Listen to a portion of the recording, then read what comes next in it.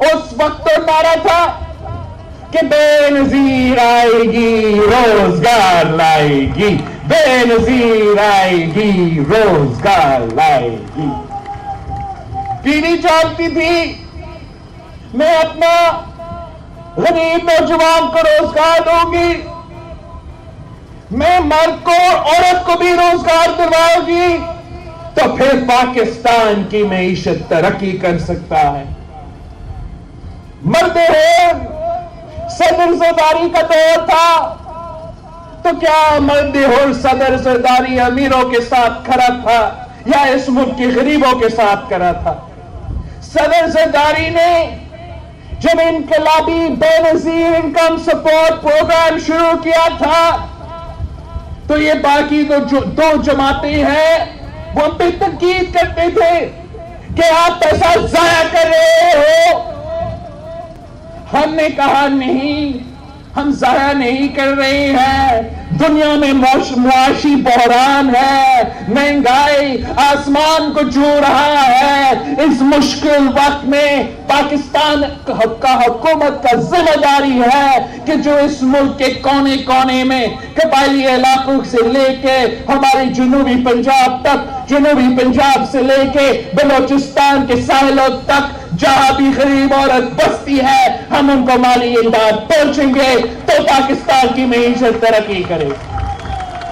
صدر زرداری کے دور میں ہم یہی پیسہ امیروں پہ خرچ کر سکتے تھے، لیکن ہم نے یہ فیصلہ کیا کہ نہیں، امیروں کو ایمنسٹی دینے کے بجائے، امیروں کو ریلیف دینے کے بجائے ہم اپنا تنخواہ دار طبقہ کے ساتھ کھڑے رہیں گے۔ معاشی بحران ہے، مہنگائی ہے، ان کو بھی کچھ تحفظ کی ضرورت ہے، تو ہم نے تنخواہ میں 120% اضافہ کیا تاکہ جو مشکلات ہے، جب مہنگائی ہے تو حکومت عام آدمی کے ساتھ کھڑا ہو، ان کا مدد کرے، ان کو تحفظ پہنچا دے، پھر پاکستان کی معیشت ترقی کرے گا۔ ہم نے یہ فیصلہ کیا کہ معاشی بحران ہے، مہنگائی ہے، تو ہم پینشنرز کا ہمارا بزرگ پینشنرز کا پینشن میں 100% اضافہ کریں گے تاکہ اس مشکل وقت میں ہمارا بزرگوں کا بھی کوئی تحفظ ہو، ہمارا بزرگوں کا بھی کوئی مدد کرے، اور اگر ہم ان کے ساتھ کھڑے رہیں گے تو پاکستان کی پورا کا پورا معیشت کھڑا ہوگا۔ آپ مجھے بتائیں، اتنے سال ہو چکے ہیں پی پی کا حکومت سے، میاں صاحب کا دور بھی، عمران کا دور بھی، کیا تنخواہ میں اضافہ ہوا ہے؟ کیا پینشن میں اضافہ ہوا ہے؟ کیا پی ڈی شہید کی دور کی طرح آپ کو روزگار ملا ہے؟ تو آپ کو پاکستان پیپلز پارٹی کے ساتھ دینا ہوگا۔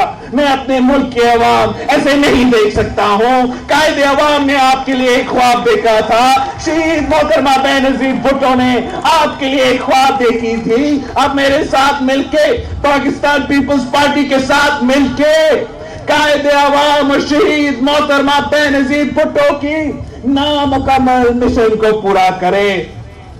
ہم نے